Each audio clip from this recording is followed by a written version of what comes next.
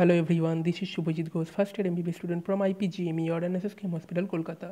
তোমাদের আজকে 7ই নভেম্বর সন্ধ্যাবেলা WBMCCর ওয়েবসাইটে একটি নতুন আপডেট এসেছে এবং সেই আপডেটটি হলো রাউন্ড ওয়ানের যে কাউন্সেলিংয়ের পুরো শিডিউল, সেই শিডিউলটি তোমাদের এসে গেছে। সেটি কোথায় পাবে? তোমরা নিচে নোটিসের সেকশনে যাবে, সেখানে শিডিউল অফ রাউন্ড ওয়ান লেখা আছে। এখানে তুমি যখন ক্লিক করবে তখন তুমি তোমার পিডিএফটা ডাউনলোড হতে শুরু করবে। সেই পিডিএফটায় কোন কোন ডেটে কী কী হবে সেই পুরো জিনিসটা নিয়ে এখন আমি ডিসকাস করতে চলেছি। যারা নতুন এসেছো এই চ্যানেলটিতে তাদের বলবো অবশ্যই চ্যানেলটি সাবস্ক্রাইব করে বেল আইকনটি বাজিয়ে রেখো আর ভিডিওটি শেষ অবধি দেখো, যাতে তোমরা পুরোপুরি জিনিসটা ক্ল্যারিফাই হতে পারো নিজেদের মধ্যে। তো ঠিক আছে, চলো এখন শুরু করা যাক। এখান থেকে আমি চলে গেলাম পিডিএফটিতে, যেটি আমি পিডিএফটি ডাউনলোড করে রেখেছি। সেই পিডিএফটি যখন এলাম তখন দেখো এখানে কি কি ডেট আসছে। প্রথম যে ডেটটি আসবে সেটি হচ্ছে যে তোমাদের কাউন্সেলিং শুরু হবে কবে। সেই শুরু হওয়ার ডেটটা অর্থাৎ রেজিস্ট্রেশনের ডেটটা সেটা হচ্ছে 9th of November। 9th of November থেকে তোমাদের শুরু হবে রেজিস্ট্রেশন, ঠিক আছে। এরপর প্রথমে তোমাদের আমি হেডলাইনটা দেখিয়ে দিই, যেটা দেখলে তোমরা ক্লারিটি পাবে যে কী হতে চলেছে। Notice for counselling schedule of undergraduate medical dental and AYUSH state quota and private college management quota, NRI quota and private college central quota আয়ুষের জন্য যে সিটগুলো আছে সেইগুলোর জন্য এই রেজিস্ট্রেশন করা, এই প্রসেসটাতে ইনভলভ হওয়া তোমার আবশ্যক, এটা তোমার চাই।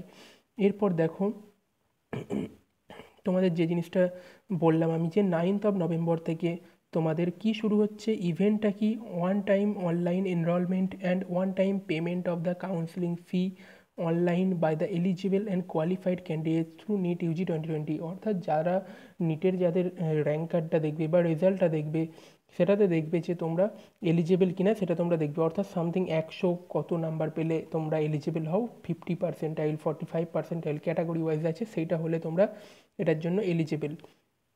এখানে তোমাদের কি করতে হবে, তোমাদের এনরোল করতে হবে ওয়েবসাইটে, তারপর সেখানে পেমেন্ট করতে হবে কিছু টাকা। সেটা আগের বছরে 2000 ছিল জেনারেল ক্যাটাগরির জন্য, এবং এসসি এসটিদের জন্য কিছুটা কম ছিল। সেটা এবারে কত আছে সেটা পরে জানা যাবে। তার জন্য তোমরা অবশ্যই, যেটা আগে বললাম, সাবস্ক্রাইব করে বেল আইকনটি বাজিয়ে রাখবে, আমি সমস্ত আপডেটগুলি দেবো। তো 9th of November এই যে প্রক্রিয়াটা শুরু হলো, এটি 4 দিন চলবে। এনরোলমেন্ট আর এই ফিস পেমেন্টের ব্যাপারটা, এটা 4 দিন চলে। কবে শেষ হবে? এটি শেষ হবে 12ই নভেম্বর 11টা 59 PM অবধি, ঠিক আছে, চলবে, তারপর শেষ হয়ে যাবে। এরপর কি চলবে?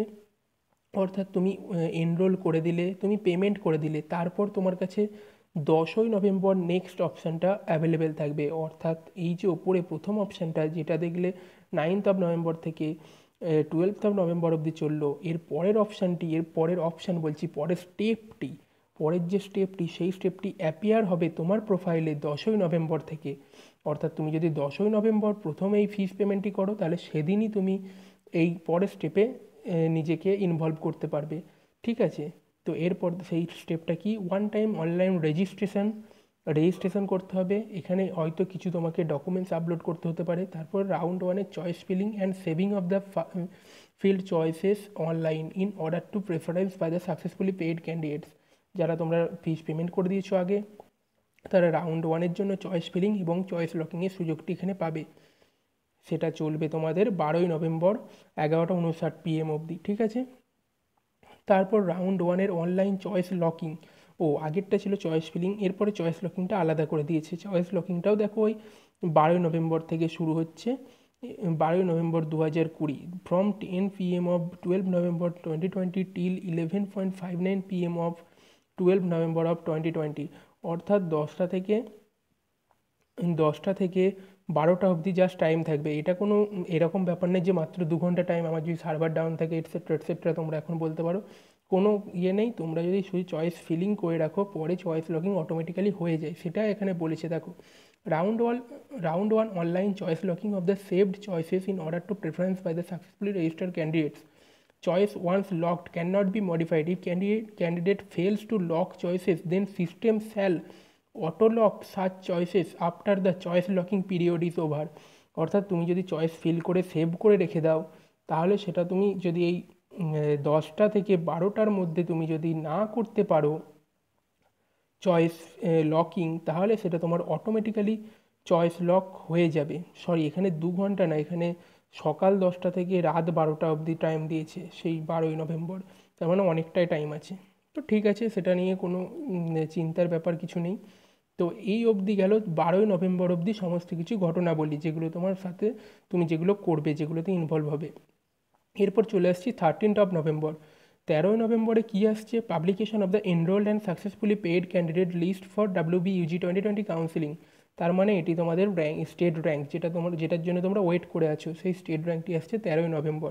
কিন্তু এদের প্রভিশনালি, সেটা মনে রাখতে হবে, কারণ কি এখনও অবধি কোথাও বলেনি যে ভেরিফিকেশান তোমার ডকুমেন্টসের, তোমার যে ডকুমেন্টসগুলো তুমি নিট ইউজির নিট ইউজি 2020 অ্যাপ্লিকেশনের সময় বা অন্যান্য সময় প্রোভাইড করেছো, সেগুলো যে ঠিক কিনা, সেগুলোর ভেরিফিকেশানের জিনিস এখনও অবধি আসেনি। কবে আসবে সেটা এর পরে আসবে। তার মানে তোমাদের চয়েস, তোমাদের ভেরিফিকেশান হবার আগেই তোমরা স্টেট র্যাঙ্ক পেয়ে যাবে এবারে। এটা এইবারের নতুনত্ব। তারপর কি হবে?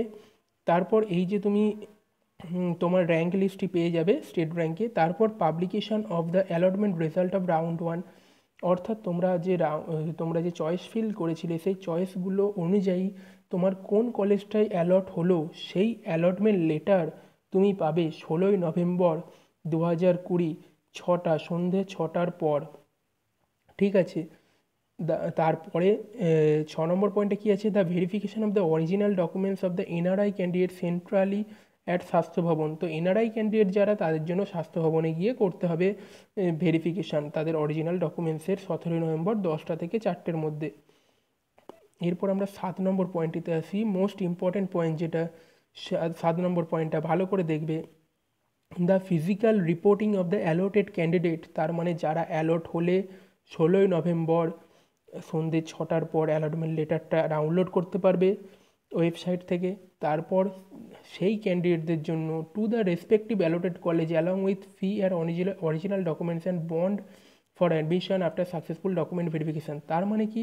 তোমাদের ফিজিক্যালি গিয়ে সেই যে কলেজে অ্যালট হয়েছে সেই কলেজে অ্যাডমিশন নিতে যেতে হবে, কিন্তু সেখানে যখন তুমি অ্যাডমিশন নিতে যাবে, তুমি যে ডকুমেন্টসগুলো দিয়েছো সেই ডকুমেন্টসের আগে ভেরিফিকেশান হবে।